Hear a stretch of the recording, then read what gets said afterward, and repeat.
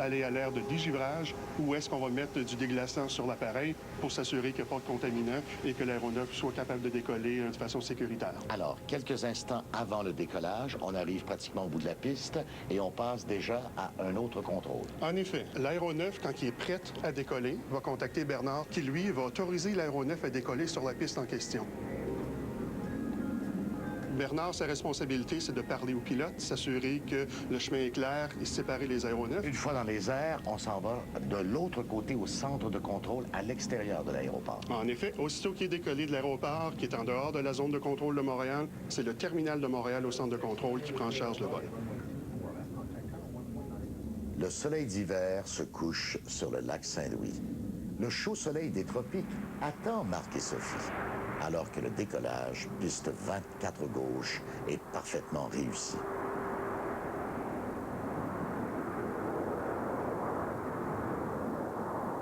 Jazz 879 droit, plus de centre de Montréal. Maintenant, fréquence 128,22, 128,22, au revoir.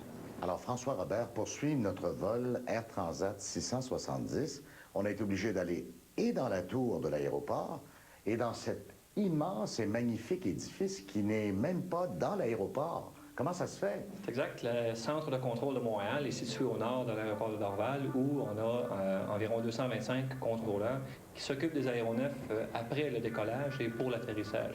C'est un édifice sans vitre où on ne voit pas à l'extérieur, mais tout est fait par écran radar et à l'aide de communication radio. Jazz 8790, montez à 9 Mickey.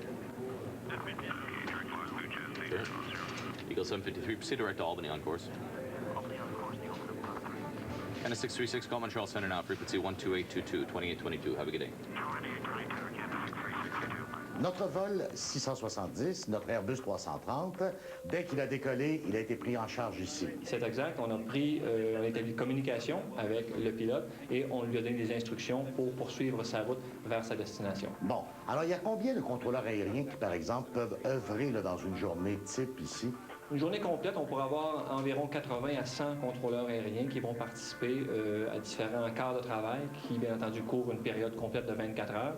Jazz 7663, gardez 1709 au plus jusqu'à 4 DME. Appelez la tour maintenant sur 119 décimales 9. Au revoir.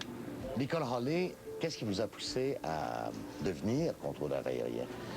Oh, ça a commencé déjà pas mal tôt. J'ai commencé à voler des avions quand j'avais environ 17 ans. Et puis, depuis cela, j'étais très intéressée à la domaine de l'aviation. Est-ce que c'est un métier où vous observez que de plus en plus de femmes maintenant deviennent contrôleurs aériens? Oui.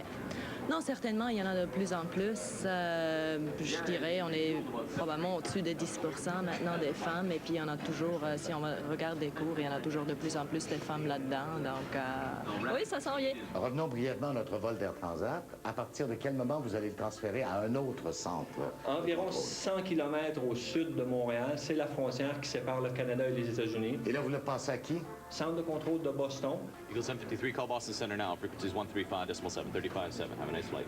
Vous avez l'air de quelqu'un de très calme. Je regarde vos confrères aussi, ils sont tous très calmes, très concentrés. Et pourtant, beaucoup de gens pensent que c'est une des professions les plus stressantes au monde. Non, je pensais pas aussi stressant que ça ou que les gens s'imaginent. Je veux dire, si on a beaucoup de trafic, oui, évidemment, la tension monte et puis tout d'un coup, ça se calme de nouveau. Et puis, on a quand même des séances entre deux où c'est bien calme. Et on vous accorde des pauses régulières, par exemple? Oui, normalement, on travaille pas plus qu'1 heure à la fois.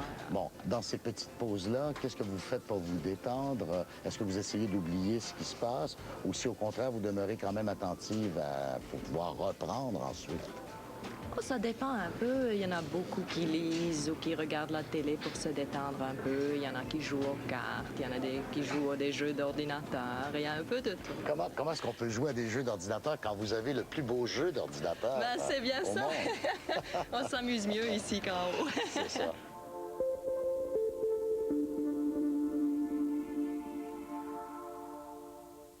Ce soir, dès 22h, découvrez le côté moins glamour des plus grandes stars à Célèbres et Coupables.